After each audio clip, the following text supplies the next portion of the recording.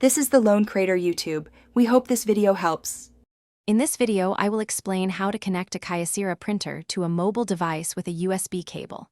First, ensure both your printer and mobile device are powered on and nearby. You will need the correct USB cable and the Kyocera mobile print app installed on your phone.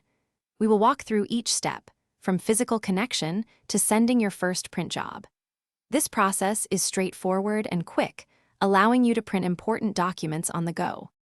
To begin, gather your essential items.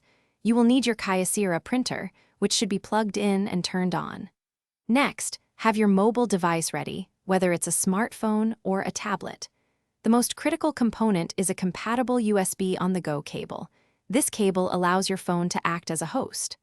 Finally, download and install the Kyocera mobile print app from your device's app store. Now, let us prepare our devices for connection.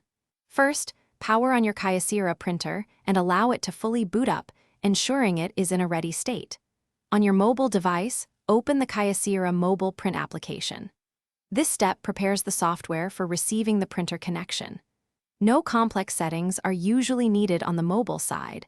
Just ensure the app is open and your phone recognizes external USB devices. With both devices ready, it is time to make the physical connection. Take your USB on-the-go cable. Connect the standard USB end into the Kyocera printer's USB port, which is often found on the side or back.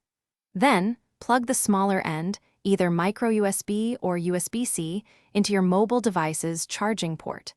Your phone should then display a notification asking you to allow the connection.